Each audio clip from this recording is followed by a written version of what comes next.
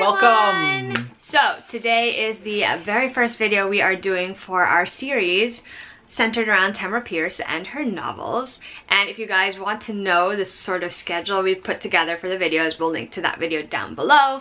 Today we are discussing the first quartet in the Emelan world, and that is the Circle of Magic Quartet. It is Sandry's book, Triss's book, Dodge's book, and Briar's book.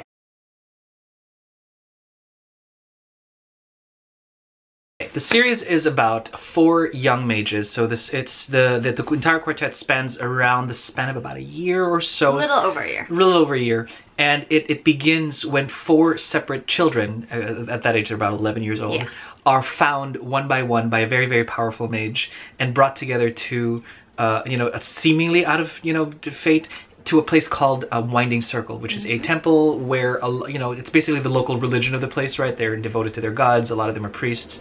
And he brings those children there because he has, inside of them is a kind of magic that is very rare. In this world, there are academic mages where, as a child, kind of like Professor Xavier's School for the Gifted, you start making things move. Kind of know what you're doing. Yeah. And then there are those with magic that's like not on the beaten path. And all 4 of them have exactly that. Now, they were brought here because Winding Circle, with all of its initiates and the wizards, not wizards, but Winding Circle and all of its dedicates, I would say. Yes, dedicates, that's the word. That's the word. They're like priests, right? So they're dedicated to different gods. The dedicates have a better chance at teaching them what they need to know to harness their power because, like in all Tamora Pierce books, magic has its own force, its own momentum, and if not controlled at just the right time, it could get away from you. And that's what, discipline and schooling are for. And so that's pretty much that. And it seems like a nice enough kind of familiar plot, but really at the core of it, I think, is it's about a family. It's about 4 children who are not related in any way to each other and then suddenly find the home that they were always looking for. And for me, that is the biggest selling point of the books. It's not even how cool the magic is. It's the fact that this is a story about found families. And so it marries that with some really nice, neat lore. And that is you forgot all the fun action things that go on in there.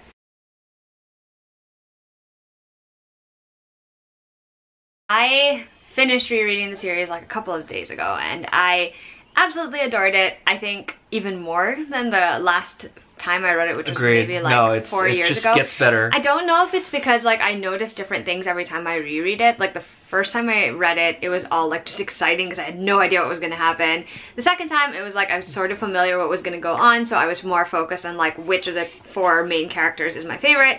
And now this time around it was more like I really latched onto the relationships, which is something we'll get into a little bit later. But it's still such a solidly written series. It's very impressive how she manages to really bring you into this world and immerse you in this lore and this magic, and to bring to life characters that you really, really get to know and love over the course of this year and whatever months, like year and change months.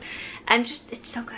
And what's refreshing about the writing style, I think that I've noticed then, but even more so now that I've read so many more books since coming full-time onto the blog, is that Tamora Pierce writes these characters and she just tells it like it is.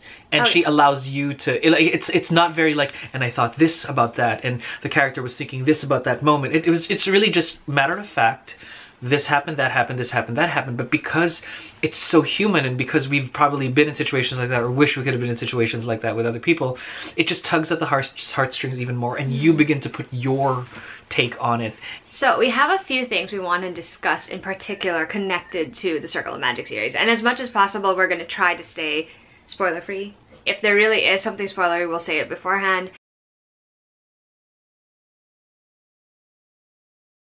Emelan is the country where this entire story is set, and you kind of get to see lots of it in this series because not even just because the characters actually travel there. No, they're all from different parts of the world, sort of. Yeah, really. It's just Emelan is and like, there's constant references to these different cultures that inhabit the world of Emelan, which I think is very fascinating as well.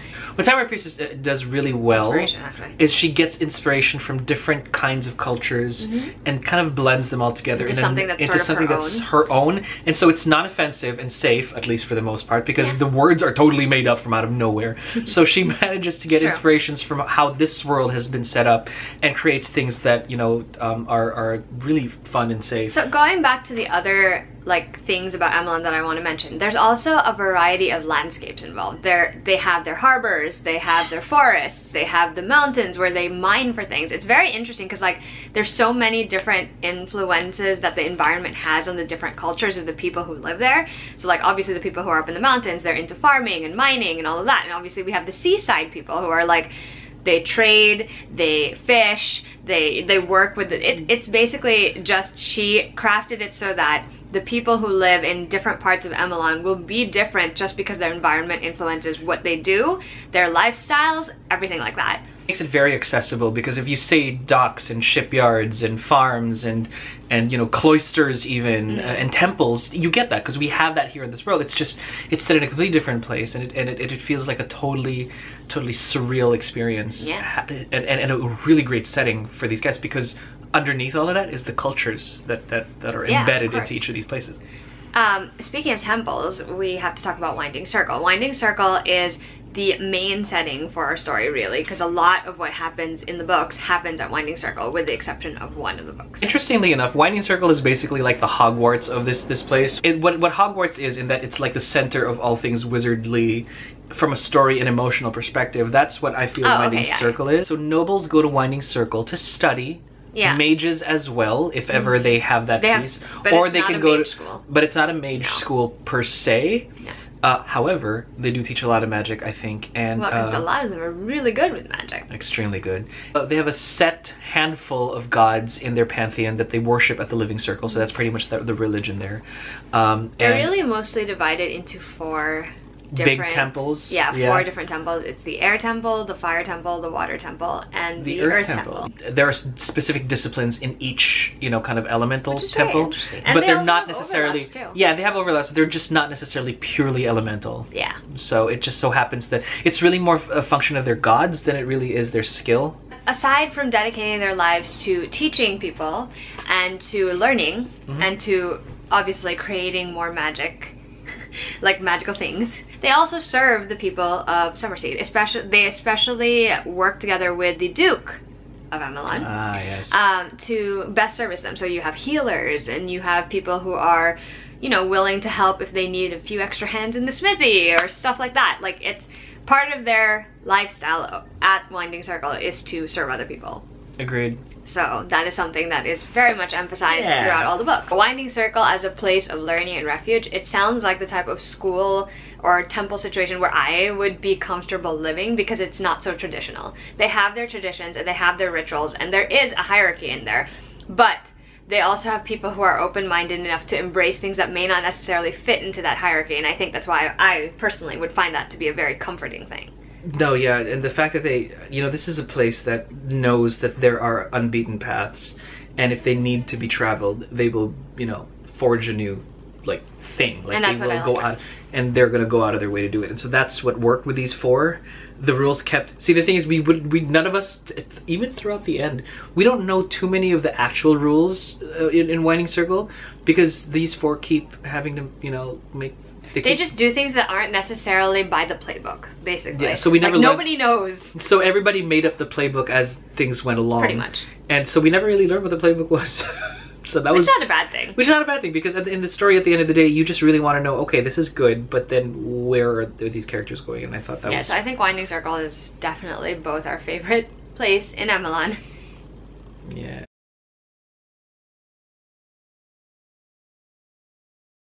Another thing about these books, and this has a lot to do with the writing style, is that Tamora Pierce somehow manages to write in third-person POV and switches between the four main characters. I don't know how she does that. And she does it really well. Sometimes in the same chapter. No, it's always in the same chapter. It's like her chapters are very long, but it's because she's doing multiple points of view in them. Sorry, sometimes she does that in the same scene. Literally, you are with this character while they're in that scene, then out of nowhere suddenly you're with this character.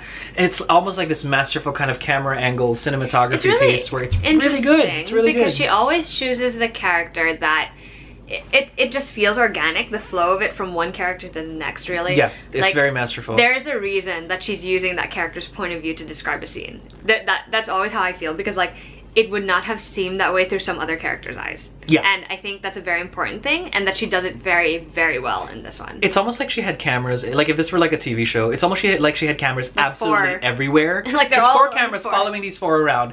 And then at that, but then she masterfully cuts them together, yeah, and then creates this really, really long narrative that is just so organic and well played. And I'm it really just reads very well. Like, it's so seamless how it goes from like one to the next to the next to the next. The best part is that unlike like let's say a documentary, like where we're like the lions are doing this and now the zebras are doing that, you know, I mean, it could be that dry and it's just not like that. This to this, and you see the logic. No, each scene and each POV just cements just an emotion that you have for these characters or with these characters about these characters, and I think that's so rare. We're going to talk a little bit about character relationships now, because that's some of our favorite parts of the books. Well, we're not going to get into specifics, and you'll find out why later. I do want to emphasize that it's very interesting that she manages to juggle so many different kinds of relationships in these novels. Oh, yeah. So you've got this found family relationship, which is obviously between these 4 young mages, which, again, this will come later because we get to discuss everyone with everyone else, which is great. And then one running theme throughout the entire, you know, Emelan universe is that of, if you're a mage, you can't just, you know, be off on your own doing your own thing. You need somebody to help guide you. You need sort of like a mentor or a teacher. So you have the mentor-teacher relationship, which also will get discussed. Eventually. But there's that, and it's very alive and well and beautiful. And I also think that their larger community is also a very important thing there. It's not just that specific one teacher and you relationship. There's also that bigger community that you can all like draw on each other and learn from each other. Which of course obviously first is Winding Circle, because we've got like the older kind of like, you know, like the Hogwarts, like like the Hogwarts teaching staff. We have that, but not necessarily in the form of teachers, but in the form of heads of temples, and Honored Moonstream herself, who's basically sort of like their, you know, well, who is their leader, and to be beholden to that, while at the same time getting the go signal to explore and be who they were meant to be, and to, you know, have their teachers be blessed by that larger council and go, do that, do this, do whatever you need to do. So that was the thing. Oh, aside from found family, there is one familial relationship that I can actually think of, and that's between Sandry and her great uncle, the Duke of Emelan. The Duke of Emelan, yeah. They just like you rarely see them together, really, but like. But when you do, it's just. You can totally tell that they love each other. Like, that's just insane. How it is. It's almost too perfect, right? And I want to say too perfect, but then. In the same way, there are people who think that Diana Prince, you know, of Themyscira was a little too virtuous, right? But then I think, no, but there can be characters that are just virtuous right from the start. So why can't there be relationships that are just at the right place at the right time, just right from the get-go? Like, there's clear affection there, there's clear respect there, and it's really nice to see that as well. Friendship is also a very, very big thing, and it's not just their friendships with each other, but like the people they meet along the way and that they become friends with too. And I think like a lot of those friendships are powerful things. Extremely powerful, I think. It's both like because they see reflections of themselves in other people. So it's a common theme actually of this whole finding something in yourself in others, because at the end of the day, that's really what building relationships kind of is all about. It's I have a little bit of me and you and me, and that therefore this can work. And so it happens through every single relationship we described. That happens, you know, where our 4 characters find something of themselves and vice versa. It's such a constant part of these books, and I think that's also another reason why these characters will stay with you, because you get to see these sort of things, the bonds they form. And it's a very important part of who they are in the end. And the forming of these bonds happens in the most subtle of ways. Oh my gosh, so subtle. It's so subtle because, again, there is no deep, long introspection. And maybe it's because I've been reading other books that are written by younger writers, and the trend now is that you just want to tell everything that is in your heart and put it on the page, to the point where it's almost poetic the way you describe things. Here in Tamora Pierce, no, it's just, it's really just, they did this, they did that, they thought this, they thought that, and that's it, it ends there. And then when that scene is painted, you get to put your own, like I said earlier, you get to put your own emotions on it. And so those bonds form just so beautifully. It's almost like seeing something natural happen, which is great because this is all about nature and the nature of things. And that's another running theme of the books.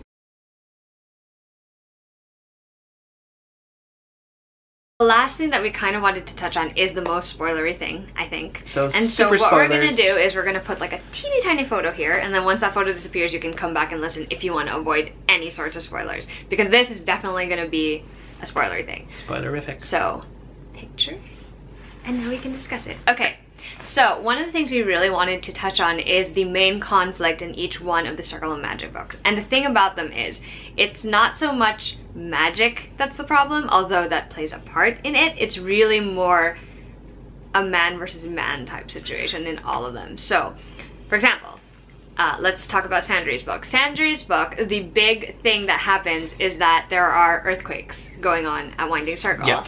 So there have been a series of quakes that, you know, you think as a reader, you're like, okay, I guess there's earthquakes. Who cares? You were expecting like mage battles and stuff, but if you're a thing. But then just a bunch of quakes start happening, and then suddenly they get word that people from Wave Circle Temple? I don't even remember which temple it was. Some temple, some mages decided that they would experiment with seeing if they could harness and control, right? The power of the... I was like, what is it? Oh, the quakes. I was This is the universal symbol for quake. And obviously that is messing with natural magic. Because let's face it, any natural phenomenon is like magic, really, because the way it works out and the way it sort of just seems like an organic part of how the earth shifts and moves. Yeah. They tried to mess with that, and... Well, power has to go somewhere. That's a running theme all throughout. And so with the power of an earthquake coming up, and the news of them going, no, we can use this, and they're like, are you sure this is Mother Nature we're talking about here? Obviously that doesn't go well. Yeah, so that's what happens in Sandry's book. In Triss's book, on the other hand, there is a whole fleet of pirates headed up, or, you know, sort of headed up by a mage named Enar, I think I want to say his name is? Enahar. Enahar, there you go, Enahar. And he is drawing on other mages' powers to fuel his own. And he also continues to want to do so. So it is, he tries to take Winding Circle, and the thing is, the only reason the pirates wanted to attack Winding Circle in the first place is because the entire Pebble Peninsula, right? Because some idiot mages tried to harness an earthquake, and that actually strengthened the earthquake. Yeah. And it broke a lot of stuff, including some of their magical defenses. So it would have been easy pickings. They in book 2, they are now easy pickings for a pirate attack. And they are attacked by a fleet of pirates who just bad timing happens to have managed to make a bunch of other pirate ships sail under the one command. Have a very powerful mage, you know. And that very powerful mage was drawing a lot of folks in. So and then in Dodge's book, on the other hand, we're back to the whole natural disasters but caused by humans thing. So in this one, there are a lot of forest fires. Which is classic and traditional. Yeah, which is part of it wasn't the earth being renewed. Like, yeah, it really is a part of it. It wasn't actually until reading this book that I actually realized, oh yeah, that's true. Forest fires are a natural occurrence in nature because it removes all of the dead mass on the ground. Yeah, and that's fine, and that's good. And also, like, yeah, it'll burn up the plants, but some of them actually need that in order not to be so dry and brittle. And then to have a chance at rebirth. But yeah, but some mage decided it was a great idea to never have anything have fires ever again. The problem with that being you disrupt the natural order of things, and again, just like in book 1, giant intervention from humans equals nature doubling efforts to make sure it does what it wanted to do, and now a larger, what it needs, and now a larger, more terrifying, more devastating fire has erupted, and nobody can stop it anymore. Yep. And then in Briar's book, this is actually the one that I feel is like really terrifying. In it, there is an epidemic, and it is an epidemic known as the blue pox, and it basically involves having spots on your body, getting fevers. And no amount of fever medicine can take it out. Yeah. It basically eats you from the inside out because... No, it dries you from the inside. It hollows you from the inside out. It hollows you out, and then you just perish. You just yeah, die. And then they find out that the reason this entire thing started is because a mage who was experimenting with magic... This is like super spoilers. This is like the spoilers. Well, that's why I said they shouldn't look if they don't want to know anything. Okay. They find out that it would... Let's just say they find out it was caused by a mage. I'm not going to tell you how, but mage involvement was definitely a part of that. So the thing is, it's very interesting that Tamora Pierce manages to make it look like it's not a man versus man thing, really, like, except for the pirates. Yeah, because think giant earthquake. Because I'm like, who would like think about like the mages being involved in the earthquakes or the forest fires or even the epidemic, or even really. Yeah. But so it's interesting because it's disguised as being these natural phenomenons that they have no control over, that nothing, like, that are magically appearing all of a sudden, and then you realize, like, later on, no, You know who actually had an influence in all these things? People. People who make bad choices. People who want terrible things, or who want power. More, who want power, people who want money. It's mostly money. Yeah, it's actually money a lot of times. It's a lot of money. Sad. Well, I wouldn't be surprised if the folks who wanted to trap the earthquake was going to sell, here's some new earthquake batteries. Yeah, I'm assuming that is exactly because that is a thing though. You can't, in this world, you can store magic in places. It just has to be like the right amount of magic and the right kind of magic and the right kind of thing that you store it on. Otherwise, whatever. And so, unfortunately, and it all happened with that earthquake. Just that one. It's just so clever, isn't it? It's really good, and and all in the span of a year.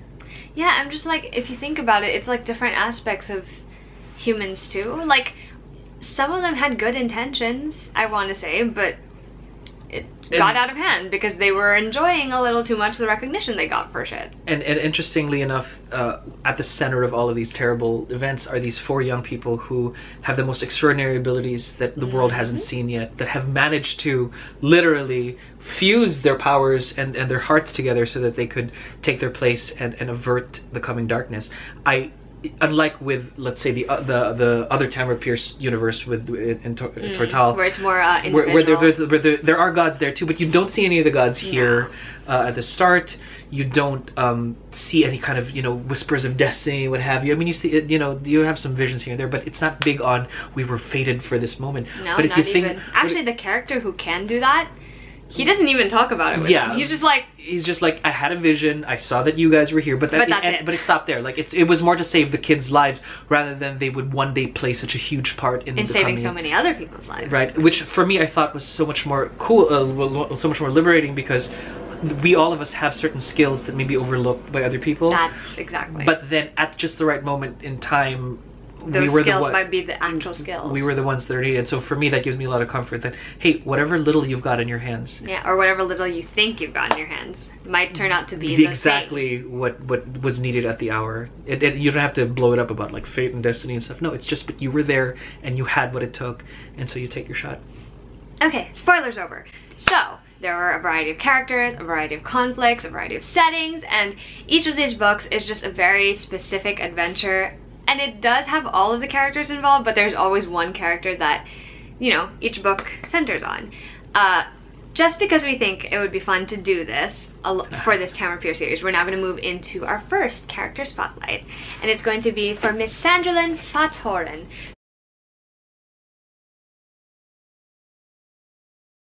who is the only noble of the 4 mages. And again, her history is basically that she and her parents were caught in a place where there was an epidemic. Her parents caught it, they died, and she actually is hidden from the mob and from everyone who has the epidemic in a secret room, a magical secret room. So basically, they found her hiding. They found her in a secret room that was spelled against detection.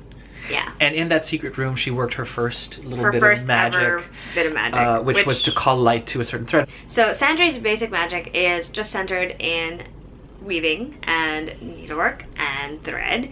So and anything that has to do with like needlework and couture, she's your girl. Yeah, she basically has a connection to things you can use to sew and weave, and she can weave things into, like, she can weave connection, protection, all of those kinds of spells, which is your basic average thread magic type deal. Yeah. Which is, but the thing is, thread magic itself is rare in that it's overlooked because it seems like a tiny thing. And it seems more like a thing to the people in the book where, like, it's a homemaking thing, I guess. Like, yeah, I mean, they're called stitch witches, or yeah, like, it's just like stuff that you can do for like household things. That's sort of how it comes across. But really, thread magic can actually be pretty powerful, and I guess this is the part where we're gonna get a little spoilery. Once the picture's gone, you can come back if you don't want to hear this part.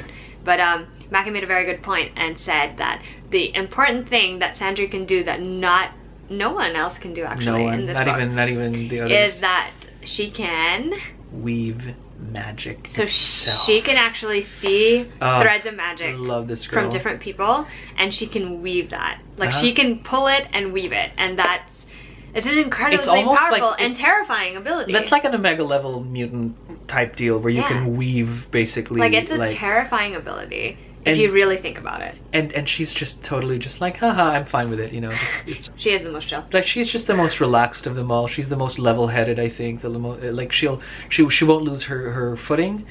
unless it's really, really dark. So oh yeah, we'll get back to that in a second. But yeah, so that is her special ability, and it comes to play in a lot of the books. We're not going to tell you exactly how, but it definitely comes into play. Okay, spoilers over. Other things we love about Sandry, or other things you should know about Sandry. She is afraid of the dark for good reason.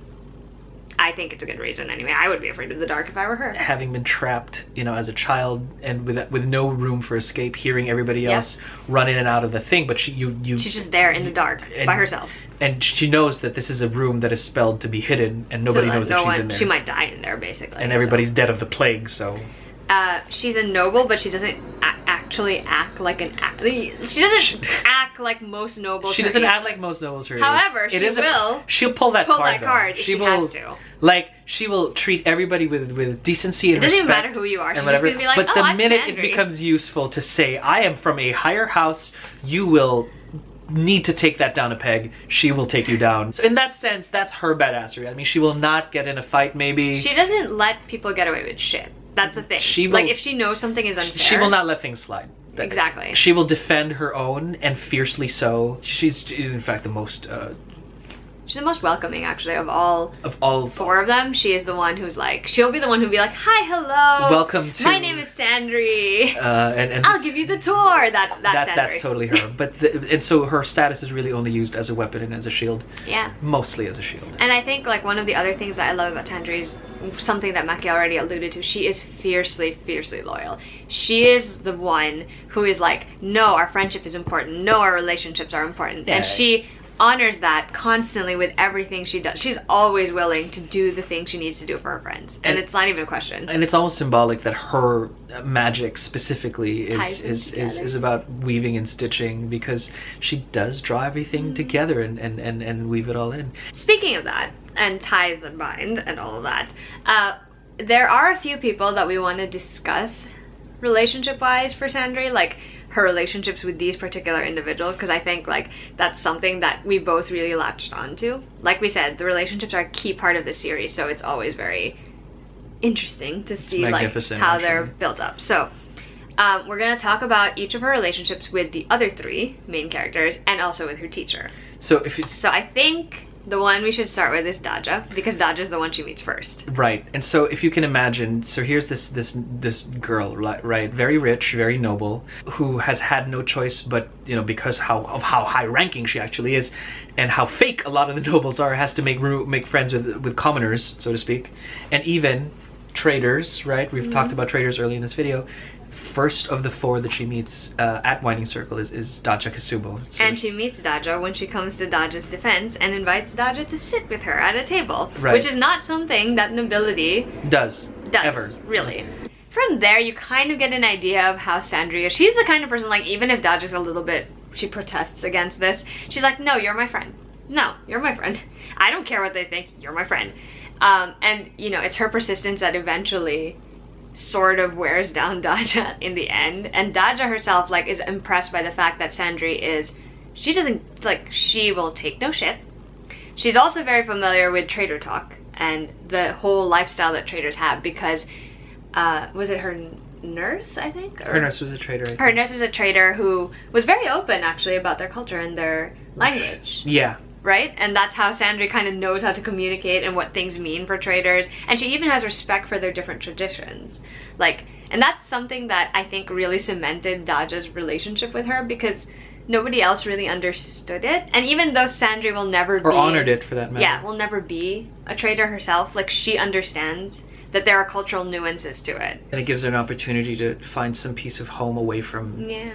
Home, which we'll talk about Daja's story, but I think that's important that Sandry was that place, that safe, that's, you know, familiar place that Daja had, that she knows she never will have maybe anytime sooner, if ever at all. And also, Sandry's just like, and Sandry never treated her different. Ever, so. Which is the most disturbing thing to everybody, because everybody treats everyone different. Sandry is nothing like that. Speaking of people that got treated differently, the next two people that she meets are Triss and Briar. And Lark, actually. She meets all three of the next people we want to talk about. So, her relationship with Triss is a little bit more even-keeled, I want to say. Like, yes, they have different, like, upbringings, because Triss is a merchant stock, and obviously, like, she is the kind of person who, like, knows how to make good deals and, like, concentrates on that. Understands the worth of everything. Yeah, she considers the worth of everything and weighs it. And she's in money, also... not just like, is it worth? No, like she will literally weigh your actual clothing in money.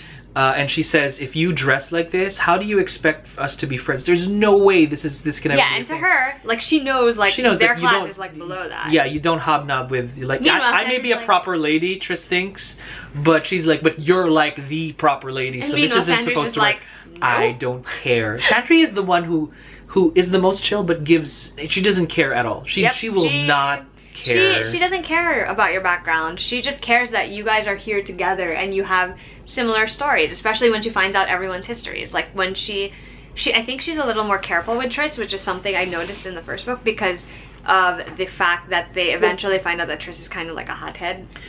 Yeah, for sure. Tris is definitely very prickly. But if you notice, Sandry kind of knows how to smooth her out without also diminishing the feelings that Tris is having. Like, she's really good at that. Yeah, she doesn't patronize, she doesn't condescend. But she's also like matter of fact about it. And she's not gonna back down either. Yeah, she will run into the middle of this whole temper tantrum and be like, Tris, calm down. Yeah, that's their relationship. It's interesting just because like she's such a level-headed person and Tris is such a hothead. Yeah. So you'd think they would constantly be like this. But they're really not because Sandry just has a whole lot of patience. Yeah, she just knows. And she really knows. She's really attuned to people's feelings. Yeah, so she's really good at managing them, which also gives her an interesting relationship with Briar. Who is from the streets. Like, okay, if anyone in this little group of people are like far, that's those two. Because this is Sandry and this is like Briar over here. Like definitely opposite ends of the and yet, spectrum. Did she ever, like, she was never the one who was concerned that Briar would do something. No, not a single one. Like, never questioned it. She in fact, at the very first opportunity that she could get to defend Briar, she did. She puts herself in front She puts herself on the line for Briar. On the line for Briar. The minute Briar did something marginally questionable, she didn't even ask questions, doesn't even care, because in her mind, this is us, there is an us, and everyone's like, is there an us? And she's like, oh, there's an us, trust me. And she's like, no one is going to touch me in my own, you will back down, I am this rank.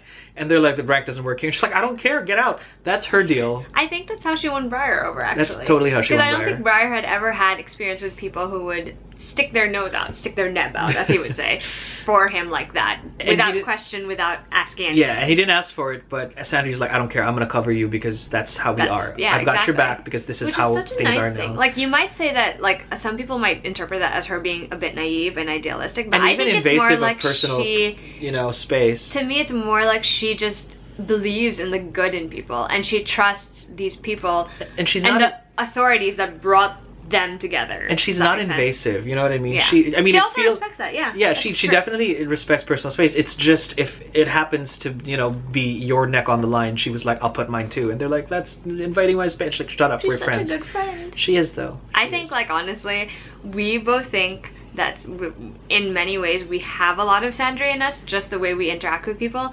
And I think that's like the thing that all of us should aspire to, really. Agreed. To have to be that kind of fierce friend who you'll let people have their space, but you'll also be their fiercest defender if they need you. And I think that's just incredible. The last relationship we really need to bring up is between Sandry and Lark, who is her mage teacher. Lark is, okay, I feel like we could have done a whole video about Lark because I freaking love Lark. I just imagine Audra McDonald. She's just like the most, she's like Sandry times 10 million even. Because she's really calm. Like, if Sandry's calm, she's like still glass, you know what I mean? Like, it's like nothing I ruffles her feathers. She gets like, she gets the handling of 4 children who are very different, who are at odds with each other, who happen to be of different cultures. And I'm like, and she still somehow manages to win them all over within a day. Like, literally, I'm just like... And more than just win over, she becomes their mother. Yeah, she's such a calming presence. Even, like, part of the reason I wanted to sob hysterically was because I had not read these books in so long and I had not realized how badly I missed Lark. And how Lark made Discipline Cottage, which is where they were all eventually moved. By the way, spoilers.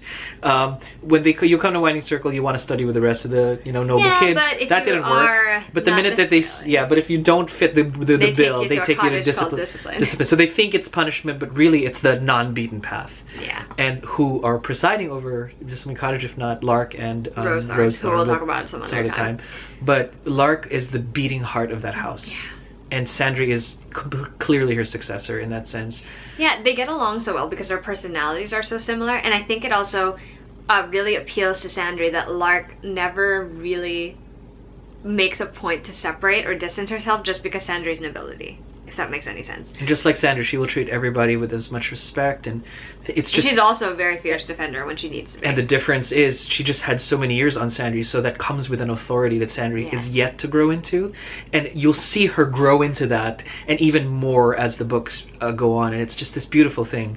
And their relationship as mage and teacher works really well because Lark does not hesitate to teach Sandry. Yeah, which is the most because like thing. She doesn't think about like conventional proper things. Yeah, and what's different about this book is that you'll see a lot of the jealousy and a lot of the competition happen outside these relationships that we're watching. So after talking about all of that with the Circle of Magic books and about Sandry in particular and her relationships and the things we love about her, we are going to cut now to our little character aesthetic. We decided to do it in a way where we showed you guys 2 places where we think Sandry would hang out if she lived in New York. So without further ado. Hey there. So, first stop for our tour with Sandry, if Sandry were ever to come to New York and hang out with us. Or she lived here. This is the place we would totally know she would hang out a lot. Mostly because we go there a lot and it's awesome. Yep. So let us take you with us. Without further ado.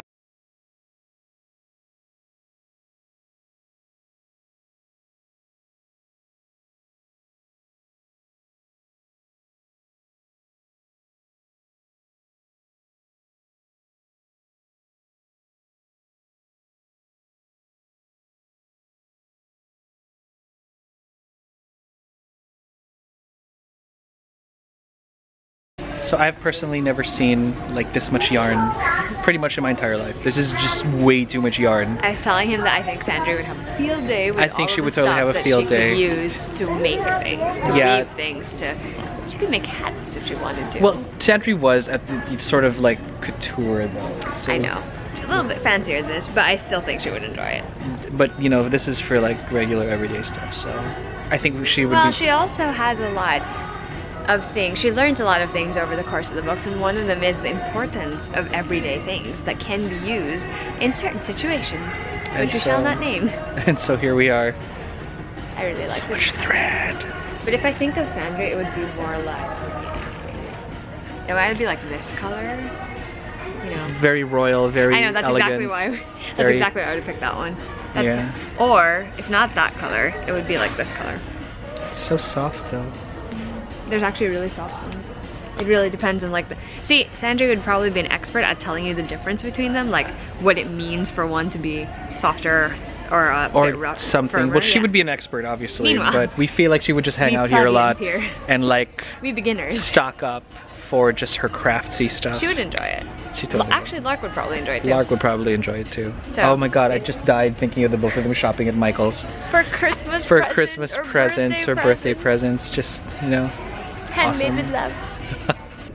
Okay, so next part of the Sandry tour. We feel like, apart from like wanting to get crafts and stuff, she's the type to be a homebody, right? She is. She really enjoys the company of the people she loves best in the world, and that is often a thing in the Circle. And since our house is kind of a mess right now, we feel like this would be the next best place that everybody hangs out.